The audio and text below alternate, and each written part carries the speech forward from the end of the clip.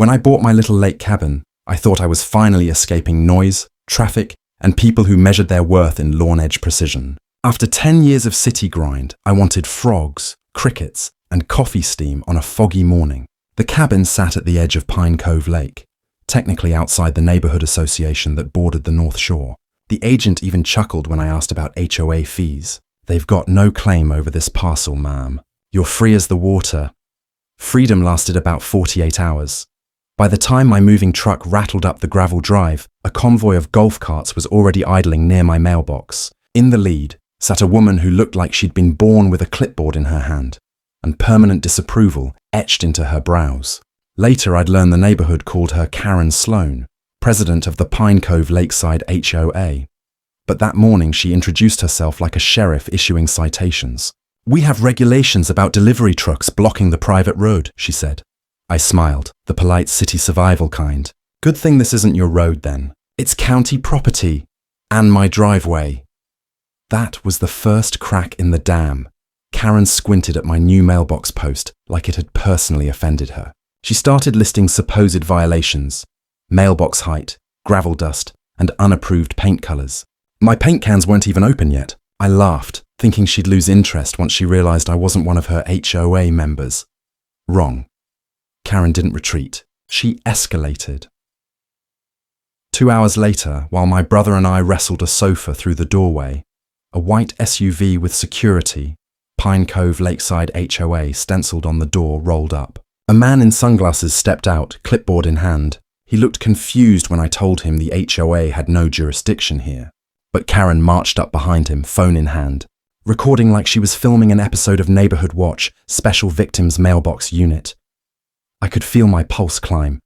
That mix of disbelief and humor when reality goes sideways. "Ma'am," I said, "you're standing on my deeded property. Would you please step back?" She grinned the grin of someone who's never been told no without a committee vote. "Oh, we'll see about that," she said, tapping her phone. Apparently, seeing about that meant dialing 911. The police car rolled up just as I was unloading the last box of dishes. 2 officers stepped out, one young and cautious, the other clearly tired of being called out for nonsense. I wiped my hands on my jeans and greeted them first, because experience taught me that whoever speaks calmest usually wins the narrative. Karen darted forward, voice pitched high enough to rattle the lake birds. "Officer, she's trespassing!" "This property is within our HOA boundaries. She refuses to comply with association rules and is disturbing the peace." I almost laughed at disturbing the peace. The only thing I'd disturbed was a spiderweb on the porch. "Hi," I said evenly. "I'm the owner. You can check the deed with the county assessor's office. It's not part of their HOA. In fact, it predates it." The older officer sighed. "Ma'am, do you have any paperwork to confirm that?" I handed him the folder I'd kept ready. Deed, map, title report. You could see his eyes flick between the papers and Karen, realizing fast that the self-appointed enforcer had no authority here. He walked to the patrol car, radioed dispatch, and returned shaking his head. "Mrs. Sloan, this parcel is county land. The HOA doesn't cover it. You don't have jurisdiction." Karen's face froze like she'd swallowed a lemon whole. "That can't be right. We've always considered this part of the association." "Well," I said sweetly, "you can consider it Mars, but that doesn't make it yours." My brother snorted. The younger cop tried not to grin. The older one cleared his throat. "All right, ladies, let's all calm down." "Ma'am?" He looked at me. "You're fine to continue moving in." Karen stood there trembling, like the idea of someone outside her control physically hurt. "This isn't over," she hissed before stomping back to her golf cart. I thought that was the end. I was so wrong. For the first few weeks I tried to ignore her. I'd see her car idling across the lake road, binoculars glinting from the driver's seat. Flyers appeared on my fence about community guidelines. One morning I found an HOA citation taped to my door on official letterhead. I laughed and tossed it into the fireplace. My friends said, "She'll get bored." Instead, she leveled up. The morning of the inspection is burned into my mind. I was making coffee when I heard footsteps crunching gravel. Through the window, 3 men in matching blue polos, embroidered with Pine Cove HOA compliance, were marching up my path like they owned the place. Karen followed, phone recording again. I stepped outside before they could knock. "If you step past that line," I told them, "I'll consider it trespassing." "You've been warned," Karen sniffed. "We're here to inspect for code compliance." County building inspectors have badges, I replied. You don't. She opened her mouth to argue just as a real county truck turned the corner. Timing apparently loved me that day. The inspector looked from them to me. What's going on here? Karen jumped in. We received reports of unapproved construction. The inspector cut her off. We received no such report. And unless you work for the county, you can leave. Her face went redder than a stop sign. The three men shuffled back to their SUV. The inspector winked at me. You'd be amazed how often these HOA folks forget where their authority ends.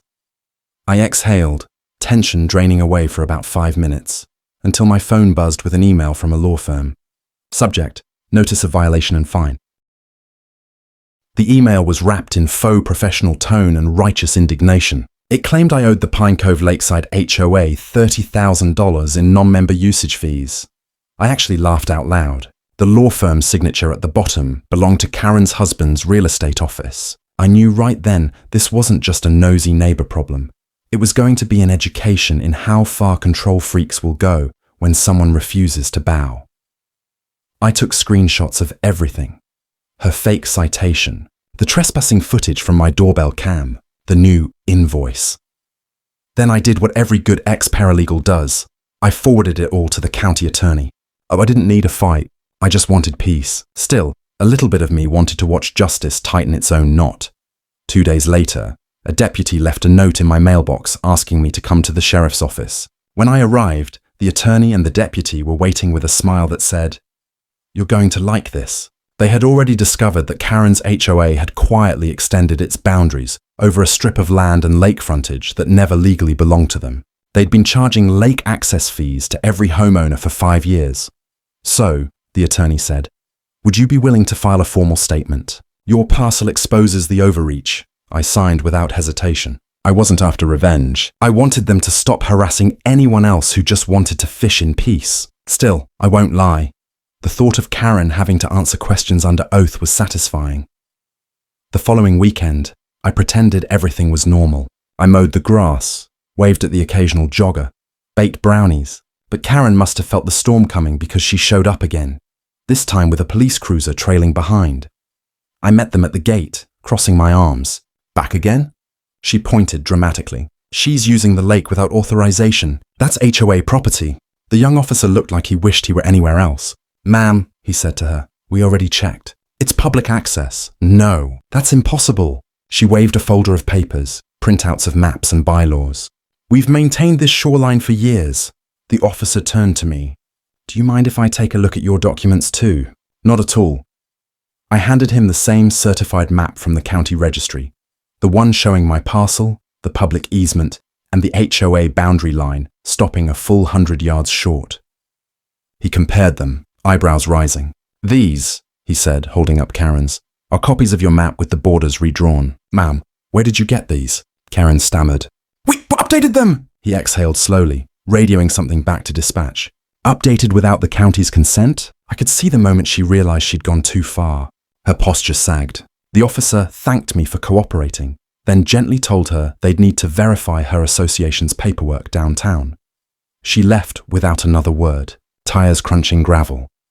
For 3 blissful weeks, I heard nothing. Then an official-looking envelope arrived, not from the HOA, but from the State Environmental Board. The letter inside thanked me for bringing to light potential violations regarding unauthorized structures on state-managed waterways. Apparently, the HOA had built private docks across the lake, on state land, without permits. And just like that, the lake turned from their private pond into a public scandal. The hearing was scheduled on a bright Thursday morning, the kind of perfect day that made the lake shimmer like glass. I walked into the small county courtroom, wearing jeans, boots, and the calm smile of someone with every document lined up in a neat folder. Karen and 3 HOA board members were already seated at the table opposite mine, whispering fiercely. She had traded her clipboard for pearls and an attorney whose expression said he already regretted being there. When the judge entered, everyone rose. The proceedings began with the state's environmental representative describing how the HOA had extended docks into public water, collected unauthorized usage fees, and harassed non-members who legally owned their property.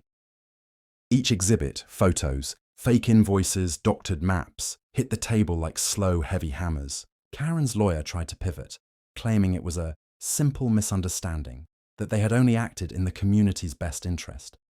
The judge glanced over his glasses. "Community or not, you do not own the lake," he said, each word crisp as ice. "You cannot fine, threaten, or police citizens who live outside your jurisdiction." Then came my turn. I stood, heart steady, but adrenaline humming. "Your Honor," I said, "all I wanted was to live quietly.